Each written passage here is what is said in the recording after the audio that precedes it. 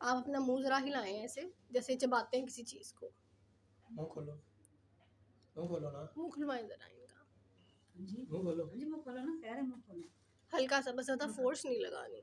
जी मुँह खोलो ना। बिल्कुल भी नहीं, बिल्कुल जाम हो नहीं गया खोलना। हुआ। नहीं खोलते हैं कभी मासूम तो खोलते हैं ना, खोलते हैं। खोलते हैं। सुबह के टाइम ना जब रात को सो बोलते के तो उठते ठीक हैं, है। सुबह के टाइम बिल्कुल आवाज़ भी क्लियर होती है। अभी पेशेंट है एक फॉनिच की कंडीशन के साथ, जिसमें इसको लेफ़्ट साइड का स्ट्रोक हुआ है। सोचा आप सबके साथ शेयर करती हूँ कि हम ऐसी कंडीशन से खुद को किस तरह क्योर करा सकते हैं या क्या वजूहात होती हैं ऐसे मसले मसाइल की। अस्सलाम वालेकुम एवरीवन, मेरा नाम डॉक्टर आयशा चमन है। फ़ालिज या स्ट्रोक होता कैसे है या क्या वजूहात होती हैं इसकी? फ़ालिज जो है न्यूरॉन्स के नुकसान की वजह से जब हमारे ब्रेन को ब्लड सप्लाई रुक जाती है तो फिर ये होता है कि वहाँ के ब्रेन सेल्स डैमेज होने शुरू हो जाते हैं। दिमाग इसकी 2 टाइप्स होती हैं, एक इस्केमिक स्ट्रोक और एक हेमोरेजिक स्ट्रोक। दिमाग तक जब खुराक या न्यूट्रिएंट्स या ऑक्सीजन पहुँचाने वाली नाली के अंदर जब एक ब्लड क्लॉट आ जाता है, तो न्यूट्रिएंट्स सप्लाई नहीं पहुँच पाती प्रॉपर तरीके से, उसको हम इस्केमिक स्ट्रोक कहते हैं। हेमोरेजिक स्ट्रोक वो होता है कि जब हमारी जो वेन है वही रप्चर हो जाती है और जो खून है सारा वो सारा दिमाग की तरफ जाना शुरू हो जाता है। सीरियस कंडीशन होती है हेमोरेजिक स्ट्रोक वाली। अब इसमें पेशेंट अब घर में पेशेंट का ऐसा मसला हो रहा है तो हम उसमें फ़ौरन से 2-3 कंडीशंस देख के फ़ौरन से डॉक्टर के पास लेना चाहिए कि उसका जो-सा मुँह टेढ़ा होना शुरू हो गया है या बाजू है वो एक तरफ को झुक गया है, नमनेस बॉडी के अंदर पैदा होना शुरू हो गई है। इस तरह की मुख्तलिफ़ कंडीशंस जो-सी होती हैं उससे फ़ौरन आपको डॉक्टर के पास लेके जाना चाहिए ताकि फ़ौरन इस चीज़ का कोई ना कोई हल निकाल लिया जाए। इसके ट्रीटमेंट में डॉक्टर्स कुछ क्लॉट डिज़ॉल्विंग ड्रग्स वगैरह प्रोवाइड करते हैं या पेशेंट की कंडीशन को देखते हुए कुछ सर्जिकल प्रोसीजर्स वगैरह होते हैं।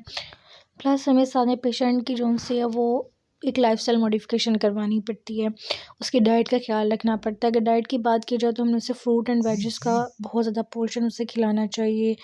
होल ग्रेन का जो-सा हमें सोर्सेज़ को चूज़ करना चाहिए। उसके लीन मीट उसको लिए या लीन मीट प्रोडक्ट्स उसके लिए चूज़ करने चाहिए। कार्ब्स में हमें रिफ़ाइंड कार्ब्स को फ़ॉलो नहीं करवाना है, ठीक है। सप्लीमेंट की बात की जाए तो ओमेगा 3 एंड जो-सा है सप्लीमेंट या जो उसे हम फ़िश ऑयल के सप्लीमेंट कहते हैं, वो देने चाहिए। पेशेंट की सोडियम इनटेक का बहुत ख़ास ख़्याल रखना चाहिए क्योंकि स्ट्रोक बाज़ औक़ात उन्हीं पेशेंट्स को ज़्यादा होता है जिनमें ब्लड प्रेशर की कंडीशन या कार्डियोवैस्कुलर कंडीशंस बहुत ज़्यादा होती हैं। और जितने भी सप्लीमेंट्स और जितनी भी डाइट मॉडिफ़िकेशन है ये पेशेंट की एंटी इन्फ्लेमेटरी है, स्ट्रोक को दोबारा ना हो उसमें एड करती है, स्ट्रोक से जो डैमेजेस हुए हैं उसको रिकवर करने में एड आउट करती है। जैसे विटामिन डी है, जैसे मैग्नीशियम के सप्लीमेंट हैं, सीक्यूटाइन बहुत बेस्ट है, गिंको बाइलोपा हमारे पास डिफरेंट सप्लीमेंट्स के अंदर बाइंड होकर आता है, वो बहुत बेस्ट है।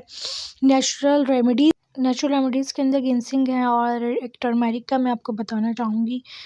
जिनसिंग एक न्यूरोप्रोटेक्टिव इफ़ेक्ट रखती है, आपको मिलती है। आप इसे जो भी इसका बनाने का तरीका है वैसे बना के आप इसे पानी में मिक्स करके इस्तेमाल कराएँ, या टर्मेरिक है उसे दूध के अंदर इस्तेमाल करवाएँ या गर्म पानी के अंदर आप इस्तेमाल करवाएँ, या कोई शेक अगर पेशेंट को बना के देते हैं उसके अंदर आप इस्तेमाल करवा सकते हैं। लेकिन एंटी इन्फ्लेमेटरी और इसके सारी कार्डियोवैस्कुलर चीज़ों को कंट्रोल करने के लिए कि जो भी मसले मसाइल हैं उसको ठीक करता है बॉडी के।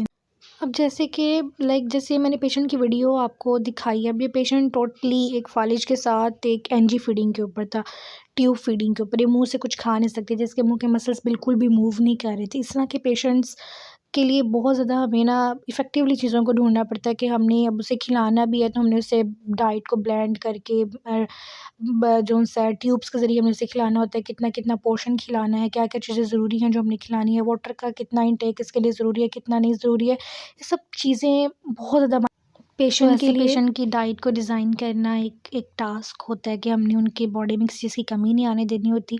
आपके करीब ऐसा के पेशेंट है तो आप मुझसे कंसल्ट कर सकते हैं।